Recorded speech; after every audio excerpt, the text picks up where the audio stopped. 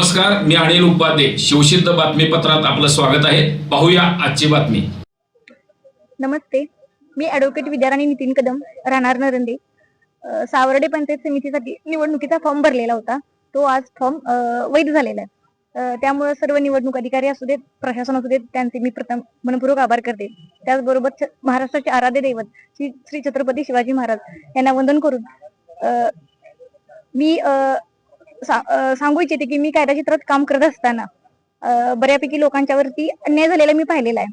त्यामुळे मी एक स्वतः निर्णय घेतला की आपण सामाजिक कार्यात किंवा सामाजिक क्षेत्रात आपण काय करावे, एंट्री करावी.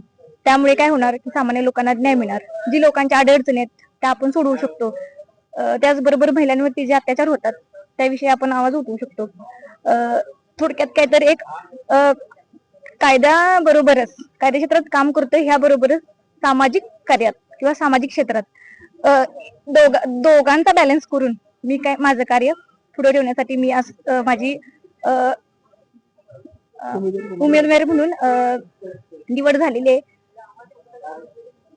तुम्ही उपसरपंच म्हणून कार्यरत होता, आता सध्या ग्रामसेवक आहात. पंच समिती का लढवतात, कारण काय नेमकं तुमच्या पत्नीच्या माध्यमातून? तसंच बघा, आज ग्रामपंचायतच्या माध्यमातून सगळाच विकास होत नाही. जो विकास करता येतो तो आपण बघितलेला आहे. अनेक फंड्स लागतात ग्रामपंचायतमध्ये काम करत असताना. तर पंचायत समितीच्या माध्यमातून जर आपल्या गावातील व्यक्ती जर पंचायत समिती सभागृहात गेली तर अनेक प्रकारचा फंड खेचून आणू शकते.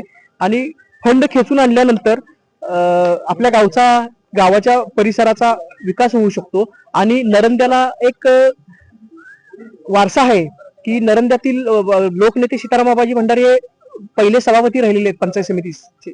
तदनंतर गावातील राजू भोसले म्हणून त्यांनी उपसभापती पद भूषवलेलं आहे. नरंद्याला चांगला ह्या पंचायत समितीचा वारसा आहे आणि नरंदेबरोबर गावातील परिसरातील एक चांगला विकास होणार आहे.